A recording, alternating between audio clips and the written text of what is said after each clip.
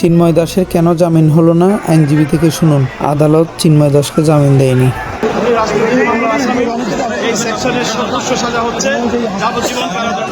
আজকে চিন্ময় দাসের যে মামলা শুনানোর জন্য ছিল, ওনার পক্ষে ঢাকা থেকে একজন আইনজীবী, যিনি আমাদের 12 সদস্য অ্যাডভোকেট অপূর্বচরণ দাস, তিনি তার নেতৃত্বে প্রায় 10-12 জনের একটি বিজ্ঞ আইনজীবী দল আমাদের এখানে আসছে। আমরা জেলা আইনজীবীর সভাপতি, সাধারণ সভা দুজনে ছিলাম।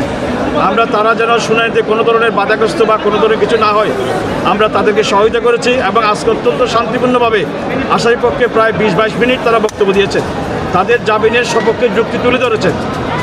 পাশাপাশি রাষ্ট্রপক্ষের পিপি মফিজুল হক সাহেব তিনিও বলেছেন যে এটি একটি রাষ্ট্রদ্রোহী মামলা, যাবজ্জীবন সাজা এই মামলায়।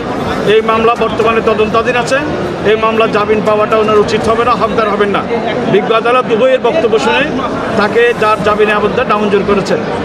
আপনি যে কথাটা বলেছেন, আমরা বারবারই বলে আসছি যে চিন্ময় দাসকে যেদিন আদালতে তোলা হয়েছিল প্রথম দিন 26 তারিখ, তখন যাকে কোর্টের অর্ডারে তাকে যখন প্রিজন ভ্যানে তোলা হলো, যে পুলিশের মাইক দিয়ে বক্তব্য দিয়েছিলেন, সে বক্তব্য দেওয়ার পরে তার সমর্থকরা উচ্ছৃঙ্খল আচরণ করে আমাদের এখানে ভাঙচুর করেছেন, প্রিজন গ্যানকে ঘেরাও করে রেখেছেন, যাওয়ার পথে কার ভাঙচুর করেছেন, চেম্বার ভাঙচুর করেছেন, মসজিদ ভাঙচুর করেছেন। সর্বশেষ আমাদের একজন প্রিয় ভাই সাইফুল ইসলাম আলিফকে নৃশংসভাবে কুপিয়ে হত্যা করা হয়েছে।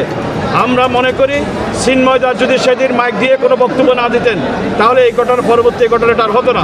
আমরা মনে করি চিন্ময় দাসের বক্তৃতার পরেই এই পর্যায়ক্রমে ঘটনাগুলো হয়েছে।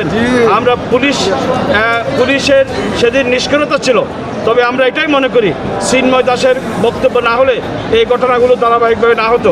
তা আমরা মনে করি হত্যাকাণ্ড সহ যে মামলাগুলো হয়েছে সবগুলোতে তাকে তার উস্কানি, তার হুকুমদাতা হিসেবে এই মামলায় তাকে আসামি করার জন্য আমাদের দাবি, জোর দাবি আছে, আমরা দাবি করে আসছি। এটা আচ্ছা, মাইকটা কিভাবে পেলে এভাবে কার শাস্তি দাবি করছে?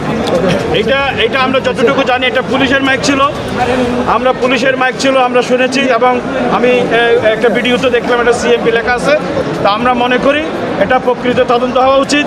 আমি বারবারই একটা কথা বলেছি, সেদিন পুলিশ কেন নিষ্ক্রিয় ছিল, পুলিশ কেন দায়িত্ব পালন করে নাই, কেন পুলিশ প্রিজন ছেড়ে নীরবে দাঁড়িয়েছিলেন, এই বিষয়গুলো কেন তাদের হাত থেকে ওই আসামির খাতে গেল, কেন সে বক্তৃতার সুযোগ পেল, এই বিষয়গুলো তদন্ত হওয়া দরকার।